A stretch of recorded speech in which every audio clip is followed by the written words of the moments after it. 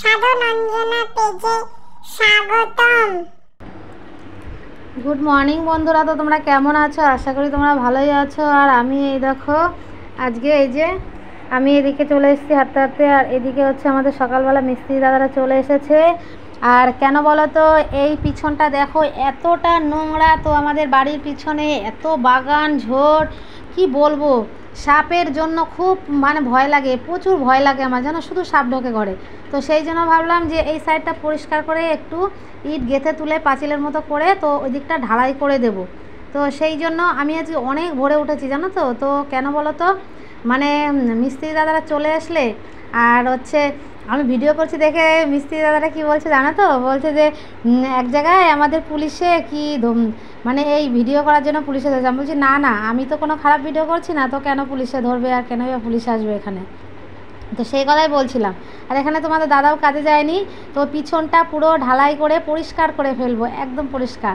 আর এই বাড়ির কাজ করতে করতে কি বলবো, প্রচুর ক্লান্ত লাগে। এর থেকে আমি যদি তা তো বুনি তো এত কষ্ট হয় না, কিন্তু কী করবো। এদিকে দেখো আমার অবস্থা দেখেছো, এদিকে এতটা গরম, আজকে একটু হাওয়া বাতাস নেই।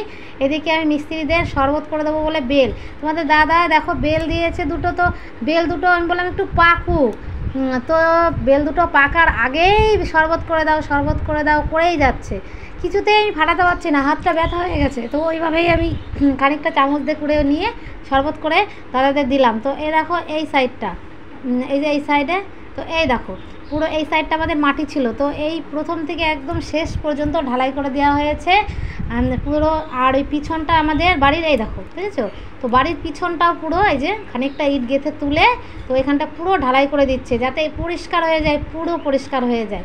আর যেহেতু আমি সবসময় ওদিকটা যেতে পারি, আর এখন আমি যদি পিছনে চাই না, তো ওখান দিয়ে আমি কিছু টবে ফুল গাছও লাগাতে পারবো, যেহেতু সামনে লাগালে না আমাদের থাকে না, কি বলবো, বাড়িটা পাঁচিল দিয়ে না ঘেরা পর্যন্ত কোনো শান্তি নেই, থাকে না, এটাই হচ্ছে ব্যাপার। তো পিছনটা পরিষ্কার হলে নিজেদেরও ভালো হবে। প্রচুর পোকামাকড় মশা মাছি সাপ প্রচুর জ্বালিয়ে মারে। আর আজকে এতটা গরম। আর তো তারপরে মিস্ত্রি দাদারা যাওয়ার পরে স্নান দান করে দেখো রেডি হয়ে যাচ্ছি।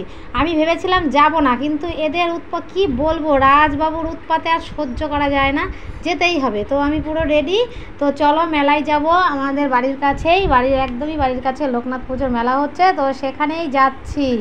তো সেখানে যে তোমাদের সাথে আবার দেখা হবে, তো চলো যাই। আর দেখি, এই দেখো দেখেছো তো বাড়ি, এই দেখো প্যান্ডেলের সামনে চলে এসেছি, সুন্দর প্যান্ডেলটা দেখেছো, খুব সুন্দর, দারুণ লাইটিং করেছে, লাইটগুলো জাস্ট অসাধারণ। আর এই তো আমাদের বাড়ির একদম কাছে। তো চলো মেলার ভিতরে ঢোকা যাক, তো দেখি কি কি দোকান এসছে। আর এই দেখো এসে মেলার মাঠে দাঁড়িয়ে আছি দেখেছো।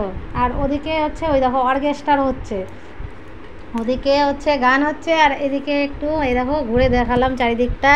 আর এখানে আমাদের দিয়া রানী এই দেখো এসেছে, এসে দেখি দিয়া রানীও মেলায় এসেছে। তো দিয়া, এই যে দিয়ার শুধু বায়না, তো আমার কাছে দিয়া কোনো বায়না করে না। তো দিয়াকে বললাম চল কি খাবি, তো দেখি এখন দিয়া কি খাবে। এই দেখো দিয়া কি খাবে, এটা কি বলে, কি মিঠাই, হাওয়াই মিঠাই না কি যেন বলে, যাই হোক।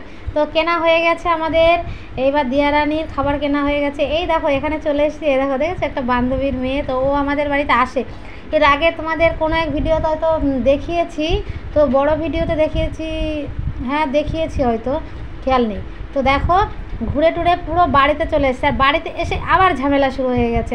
কি বলবো, আমি মেলাতে যে আসল কথা কি, আমি যেটা খাই না, আমার ওই চাইনিজ খাবারটা তো পছন্দ না। আমি বললাম ফুচকা খাবো, তো দোকানটাই ফুচকার দোকান পেলামই না। তো সেরকম কোনো আমার খাওয়ার মতো কী দোকান আছে বলো, এই জন্য আমার মেলায় সেরকম খেতে ইচ্ছা করলো না। আর রাজবাবু খেয়েছিল দিদার সাথে যেয়ে, আর এখন ঝামেলা শেষ করে আমি খাবো না দুধ জোর করেই খাওয়াবে। তো বন্ধুরা ও ঝামেলা করুক, আমি ওর সাথে আর বকতে পারছি না। তো আমি চা খেয়ে এখন ঘুমাতে যাব। তো আজকের ভিডিওটা তোমাদের কেমন লাগলো তোমরা অবশ্যই জানিও, ভালো লাগলে অবশ্যই পেজটাকে ফলো করে দিও।